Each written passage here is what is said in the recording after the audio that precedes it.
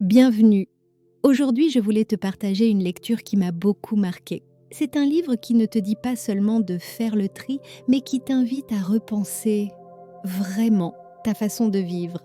Il s'appelle Minimalism, Live a Meaningful Life, écrit par deux auteurs qu'on appelle souvent les minimalistes, Joshua Fields Milburn et Ray Nicodemus. Et ce qu'ils proposent, c'est pas juste une méthode pour ranger sa maison ou alléger son placard. C'est une vraie réflexion sur comment retrouver du sens dans un monde où on est constamment surchargé d'objets, d'infos, d'obligations. Ce livre nous aide à sortir du bruit et à revenir à l'essentiel. Ce qui m'a frappé en le lisant, ou plutôt en l'écoutant, parce que je trouve que ça se savoure aussi avec les oreilles, c'est à quel point tout commence par soi, par sa santé. Tu sais, on court souvent partout, mais sans un corps en forme, sans un esprit reposé, rien ne tient. Il parle de choses simples. Bien dormir, bien manger, bouger un peu, réduire ce stress qu'on traîne comme un sac à dos trop plein, c'est la base. Mais c'est souvent ce qu'on oublie quand on remplit nos journées de tâches et d'écrans. Ensuite, il y a les relations. Et là, je pense qu'on peut tous se poser la question, combien de liens qu'on entretient sont réellement nourrissants?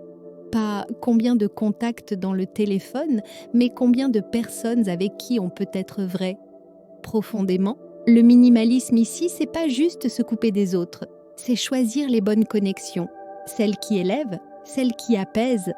Et parfois, ça veut dire non à des échanges vides, dire non à cette habitude de vouloir être partout, alors qu'au fond, on n'est nulle part. Une autre chose qui m'a beaucoup parlé, c'est l'idée de construire sa vie autour d'une passion. Pas forcément un rêve fou ou un grand projet spectaculaire, mais cette flamme, ce petit quelque chose qu'on aime faire et qui nous fait nous sentir vivants. Tu vois, quand tu fais quelque chose et que le temps s'arrête, eux, ils racontent comment ils ont tout quitté. Un job, un confort matériel pour se rapprocher de ce qui comptait vraiment.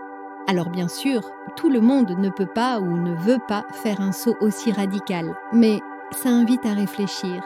Est-ce que ce que je fais chaque jour me ressemble? Et puis, il y a cette idée très belle qu'une vie pleine de sens, c'est aussi une vie où l'on contribue, pas pour paraître, mais pour servir, être utile, aider quelqu'un, créer quelque chose de bon autour de soi. Et là encore, pas besoin de grandes choses. Partager ce qu'on sait, donner du temps, écouter. Le minimalisme dans ce livre, c'est pas une privation, c'est une libération, c'est avoir moins pour vivre plus, moins de poids sur les épaules, plus de clarté dans la tête, moins de bruit, plus de présence. Alors si ça résonne en toi, si tu as aussi parfois besoin de faire pause, de retrouver un peu de calme, je t'invite à explorer cette voie. Commence par un objet à lâcher ou par 5 minutes de silence dans ta journée. Peu importe. Ce qui compte, c'est l'intention.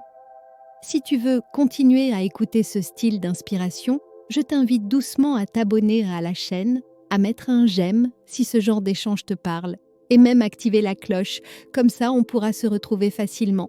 Merci d'avoir été là, à bientôt dans un prochain moment de calme et de sens.